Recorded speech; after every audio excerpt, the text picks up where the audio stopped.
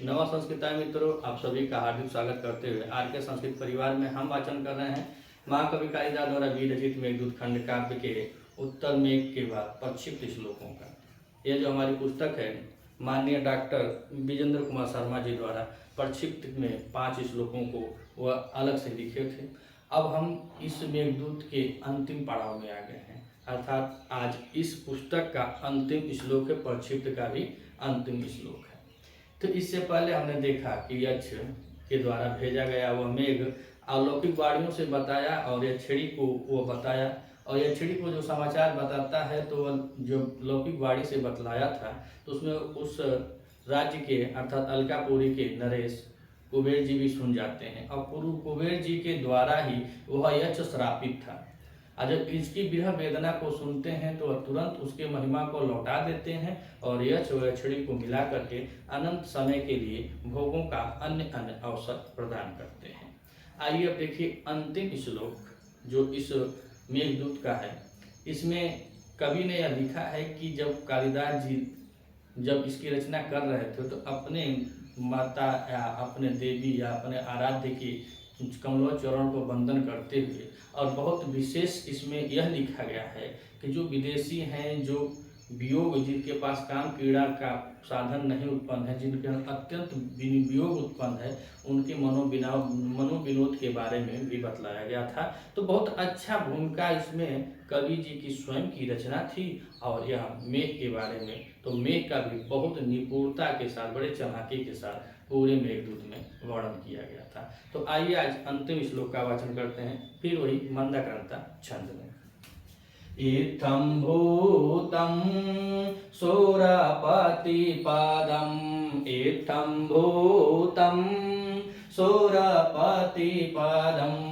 मेघदूताभिधानम्,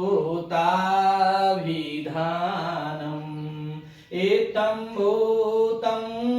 शूरपतिपदम्, इत्थं भूतं शूरपतिपदं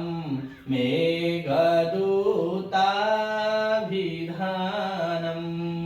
कामक्रीडा विरहितजने, कामक्रीडा विरहितजने विप्रयोगे विनोद, मेघास्मि नीतिपूर्णता, मेघास्मि नीतिपूर्णता, बुद्धिभाव कविना, नत्वाचार्या चरणकमलं, नत्वाचार्या चरणकमलं, कालिदास चकार, कालिदास चकार। तो कह रहे हैं कि महाकवि कालिदास जी, आचार्य महाकवि कालिदास जी नत्वा सुरपति पदम, नत्वा मतलब अपने देवी के चरण कमलम, उसके चरण कमलों को नमन वंदन करके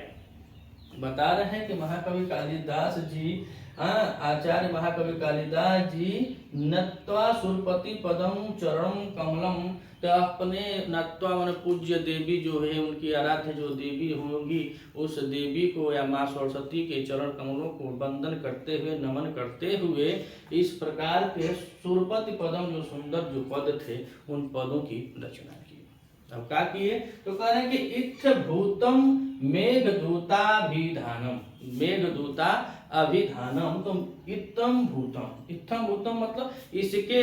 इस प्रकार से चरण में कमलवत चरण को नमन वंदन करते हुए, इत्थम भूतम इस प्रकार के मेघदूत अर्थात जो मेघदूत है, इस मेघदूत का विधान माने रचना किया, और चकार माने होता है काव्य।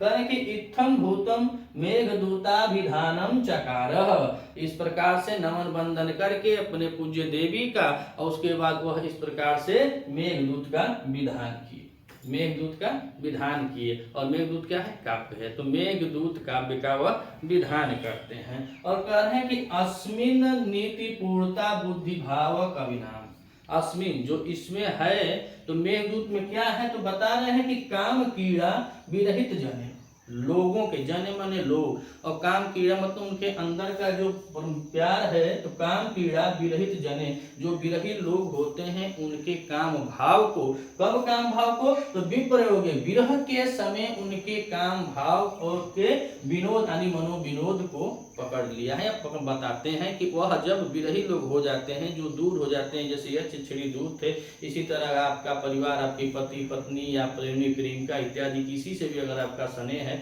आप उससे दूर हो जाते हैं, अगर आप अपने प्रेमी से भी दूर हो जाते हैं या प्रेमिका से दूर हो जाते हैं, उस विरह की अवस्था में उत्पन्न होने वाले काम कीड़ा से जो लोग हो जाते हैं, उनके वियोग में कहा जाता है विनोद, उनके विनोद में, उन लोगों के मनोविनोद के बारे में कह रहे हैं कि मेघस्य अस्मिन, इसमें जो मेघ है या बादल है, निपुणता है, निपुणता मतलब चतुर चालाक है, यानी उसकी मेघ की जो चतुरता बतलाई गई है, और क्या बताया गया है कि बुद्धि भाव कवि नाम, और कवियों की बुद्धि का चमत्कार कहा गया है। जो मेघदूत है उसमें महाकवि कालिदास जी पहले अपनी देवी या अपने इष्ट देव की आराधना करके वह क्या करते हैं कि सुंदर पद में इतभूतम मेघदूता विधानम, मेघदूत नामक चकार काव्य की विधान करते हैं, रचना करते हैं। तो वह मेघदूत में जब कालिदास जी अपने देवी के चरण कमलों को वंदन कर लेते हैं, नमन कर लेते हैं, पूजा पाठ कर लेते हैं, उसके बाद इतभूतम इस प्रकार से मेघदूता विधानम चकार, मेघदूत नामक महाकाव्य की रचना करते हैं। और मेघदूत महाकाव्य क्या है, तो बता रहे हैं कि इसमें जो मेघ है वह बहुत निपुण और चालाक है, तो उसकी चालाकी के बारे में और कवियों की बुद्धि का चमत्कार का मिश्रण है। और यह चमत्कार कहाँ है, मेघ कहाँ निपुण हुआ, तो ही बता रहे हैं कि काम कीड़ा विरहित जन विप्रयोगे विनोद, जब विरह के अवस्था में लोगों के काम यानी काम कीड़ा से जो वंचित हो जाते हैं, जो काम पीड़ा से वंचित हो जाते हैं, कब, विप्रयोग विनोद, जब उनका वियोग होता है, जने मने लोग, काम पीड़ा विरह की अवस्था में जब लोगों के विप्रयोग, जब विरह की अवस्था में जब काम पीड़ा से वह वंचित हो जाते हैं, ऐसे लोगों के मनोविनोद की कथा संपूर्ण मेघदूत में बतलाई गई है। यहीं से अब यह मेघदूत समाप्त होता है। अगर आप हमारे चैनल पर नए हैं तो चैनल को लाइक और सब्सक्राइब कीजिए, और ऐसे ऐसे वीडियो पाने के लिए हमेशा वीडियो को देखना और पसंद करना न भूलें। अगर पसंद आए तब लाइक कीजिएगा, न आए तो मत कीजिएगा। अब अगले यह आरके संस्कृत प्लेटफार्म से अब हम अगले ग्रंथ अर्थात नीति शतक के साथ बहुत ही जल्द आप लोगों के समक्ष उपस्थित होंगे। तब तक के लिए नमः संस्कृताय, राधे राधे।